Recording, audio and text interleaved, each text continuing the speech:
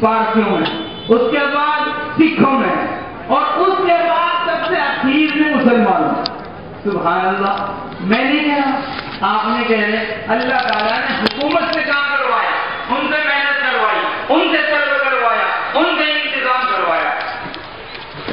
تو گرامی قدر بزرگوں، عزیز دوستو، میں یہ کہنا چاہ رہا ہوں کہ پروپیگنڈا کا شکار نہیں ہونا چاہیے۔ کبھی کبھی پروپیگنڈا کا فائدہ ہوتا ہے، پروپیگنڈا سے حالات چھٹ جاتے ہیں، حقیقت سامنے آ جاتی ہے اور اصل تصویر کو ہم دیکھ لیتے ہیں۔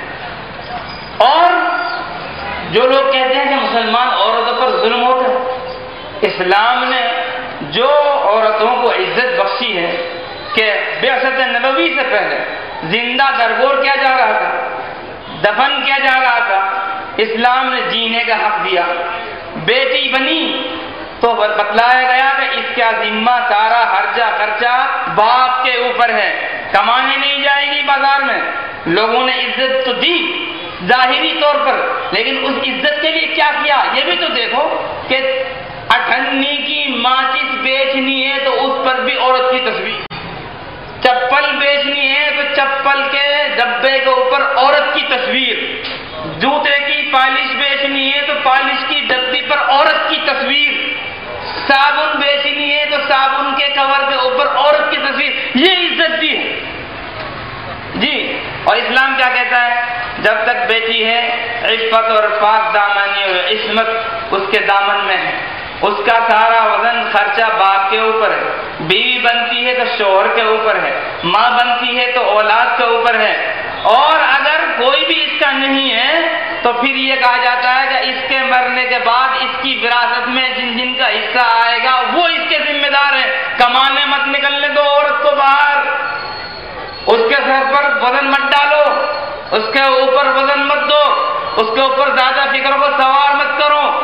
اور اگر اتنی غریب ہے کہ اس کے پاس کوئی جائیداد ہی نہیں ہے، پھر پورے مسلمانوں کی ذمہ داری لگائی کہ اپنی زکوٰۃ سے، صدقات سے، خیرات سے اس کی امداد کرو۔ کئی دفعہ ایسا ہوتا ہے کہ زکوٰۃ دینے والا اپنی ذاتی مکان میں نہیں رہتا، لیکن وہ زکوٰۃ کا چندہ کر کر مطلقہ اور بیوہ کو وہ مکان دلوا دیتے ہیں۔ یہ اسلام۔ تو خیر بہرحال گرامی قدر بزرگوں، عزیز دوستوں، میں نے یہ کہا تھا آپ کرسیوں کو پورا کر لیں، پروگرام شروع ہو جائے گا۔ الحمدللہ کرسیاں پر ہو گئی ہیں، انشاءاللہ پروگرام شروع ہو جائے گا۔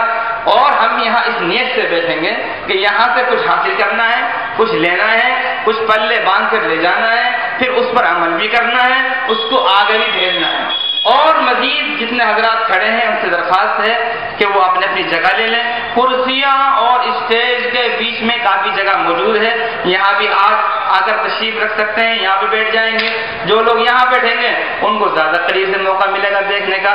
انشاءاللہ اب پروگرام شروع ہو رہا ہے۔ اللہ تعالی ہمارے پروگرام کو کامیاب فرمائے، قبول فرمائے۔ اتنے اگلی کارروائی ہو اتنا آپ درود شریف پڑھ لیں۔